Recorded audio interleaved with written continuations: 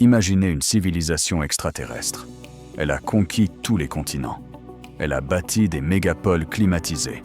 Elle a inventé l'agriculture et elle mène des guerres mondiales implacables. Cette civilisation n'est pas dans l'espace. Elle vit juste sous vos semelles. Aujourd'hui, nous explorons l'Empire invisible, l'Empire des fourmis. Si l'on plaçait toutes les fourmis de la planète sur un plateau de balance et l'humanité tout entière sur l'autre, la balance serait quasiment à l'équilibre. 20 millions de milliards d'individus. Pour chaque être humain sur Terre, il y a 2,5 millions de fourmis. Elles sont les véritables propriétaires de cette planète. Regardez cet insecte de plus près. Ce n'est pas un simple animal, c'est un cyborg biologique parfait.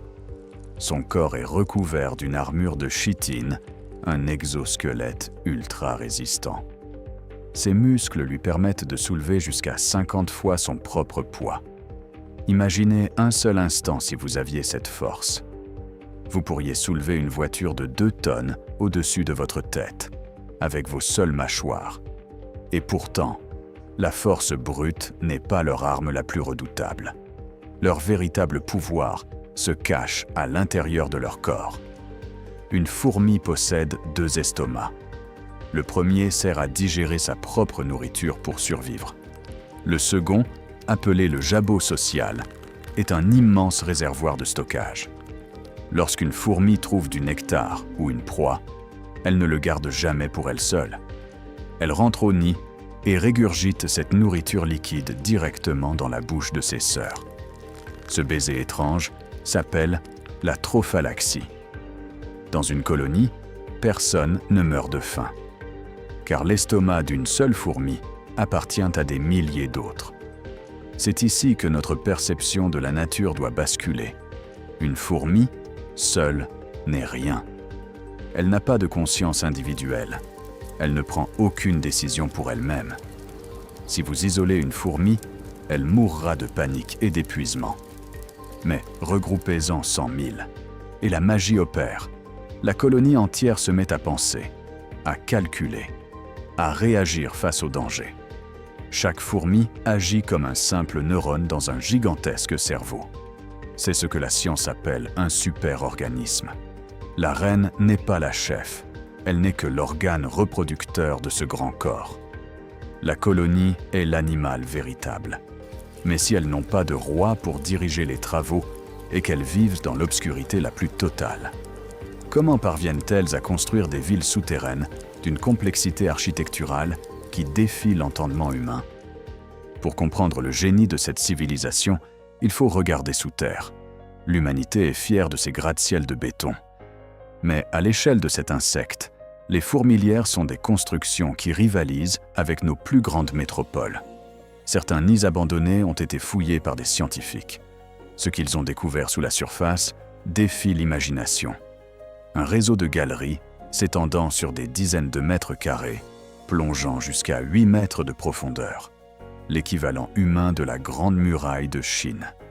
Des milliers de chambres reliées par des autoroutes souterraines. Des pouponnières géantes pour les larves. Des greniers. Et même des décharges publiques où les déchets et les morts sont entassés pour éviter les maladies.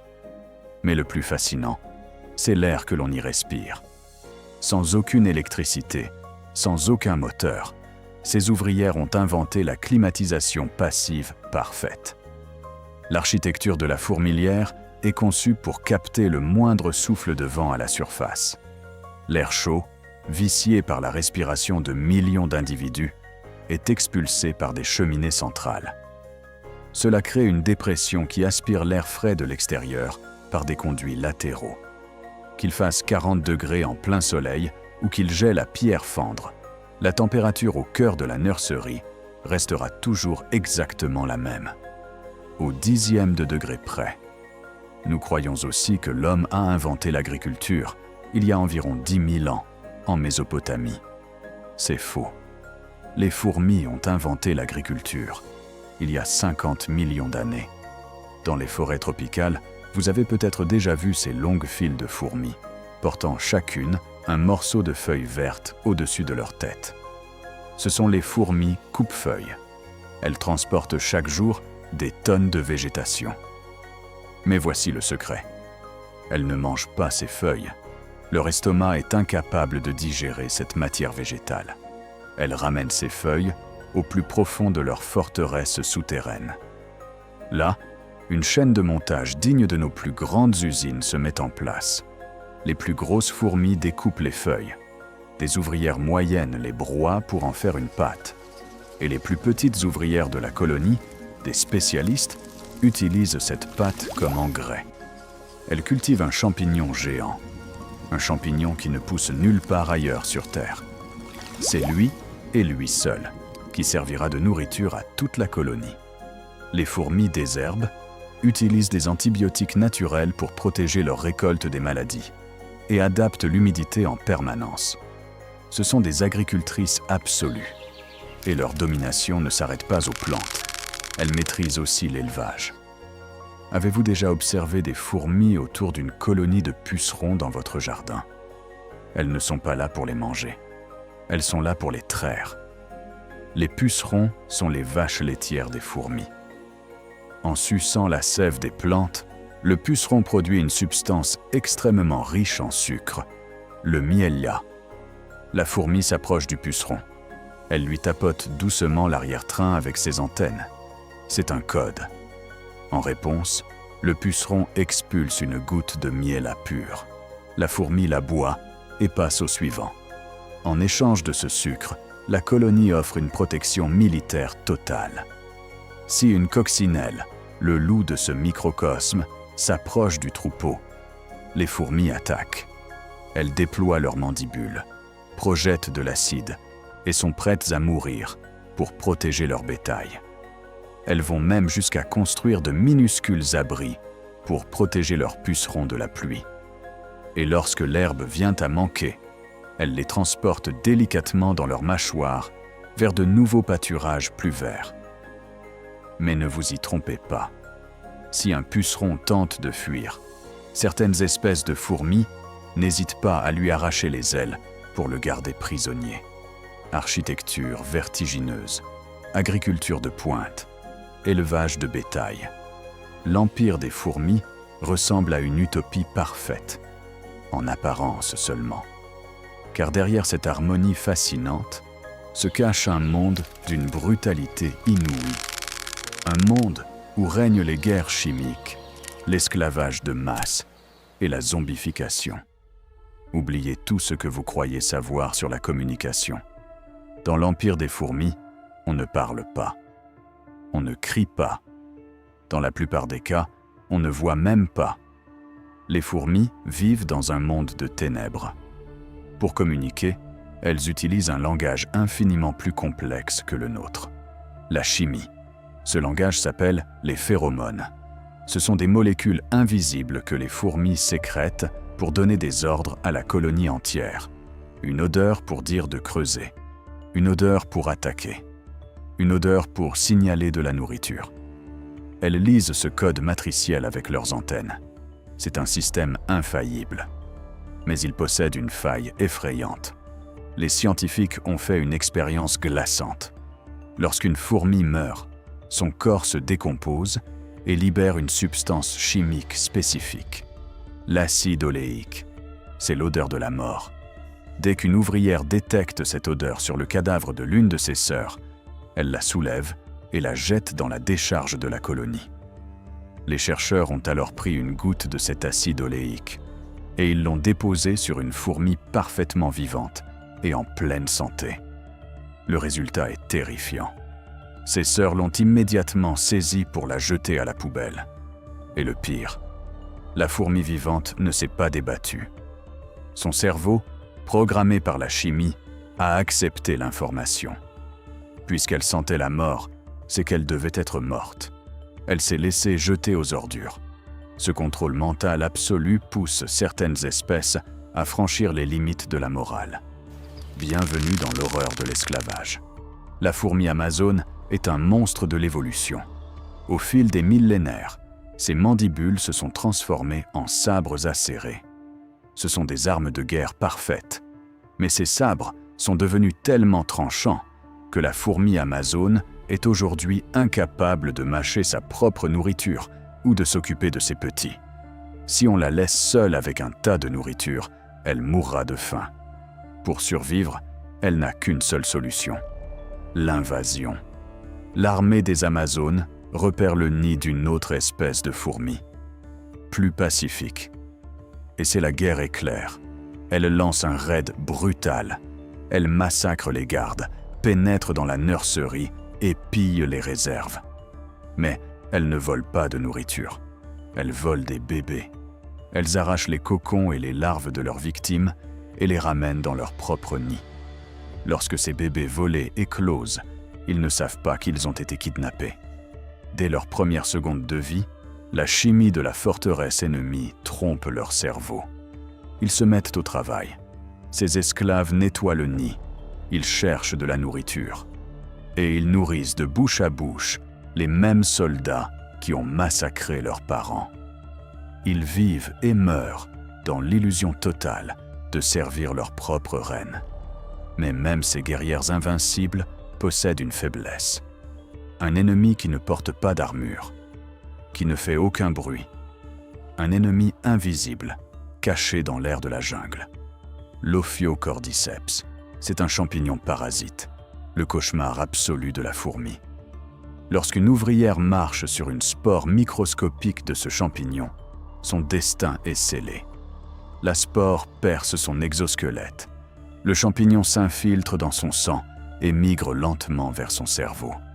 La fourmi est toujours vivante, mais elle n'est plus aux commandes de son corps. Elle devient un zombie. Le parasite la force à quitter la sécurité du nid. Contre sa propre volonté, elle commence à grimper le long d'une tige, à une hauteur très précise. 30 cm au-dessus du sol. L'endroit exact où la température et l'humidité sont parfaites pour le champignon. Une fois en place, le cerveau de la fourmi reçoit un ultime ordre chimique. Mordre. Ses mandibules se plantent avec une force surhumaine dans la nervure de la feuille. C'est ce que les biologistes appellent la morsure de la mort. Ses muscles se tétanisent. Elle meurt, verrouillée à la plante. Le champignon dévore alors ses organes de l'intérieur. Quelques jours plus tard, une tige mortelle jaillit littéralement du crâne de la fourmi. Elle gonfle, puis explose, relâchant des millions de nouvelles spores sur la piste des fourmis en contrebas, prête à infecter la prochaine victime et à anéantir la colonie tout entière. Une société manipulée par la chimie, dominée par la guerre et traquée par la zombification. On pourrait croire qu'elles sont l'enfer sur Terre. Et pourtant, si cet empire venait à disparaître demain matin, l'humanité ne survivrait pas.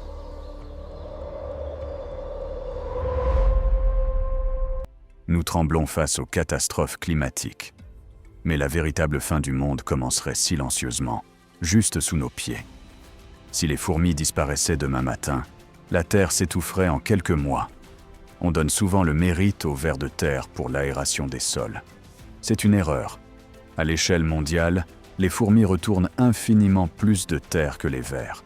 Elles creusent, elles labourent, elles permettent à l'eau de pluie de pénétrer en profondeur. Sans elles, la terre deviendrait aussi dure que de la pierre. La majorité des plantes mourraient tout simplement de soif. Mais elles font bien plus que labourer.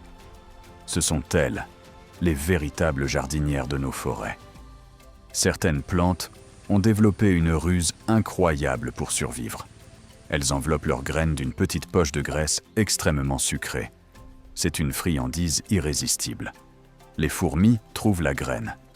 Elles la transportent dans les profondeurs de leur forteresse. Elles mangent la partie sucrée.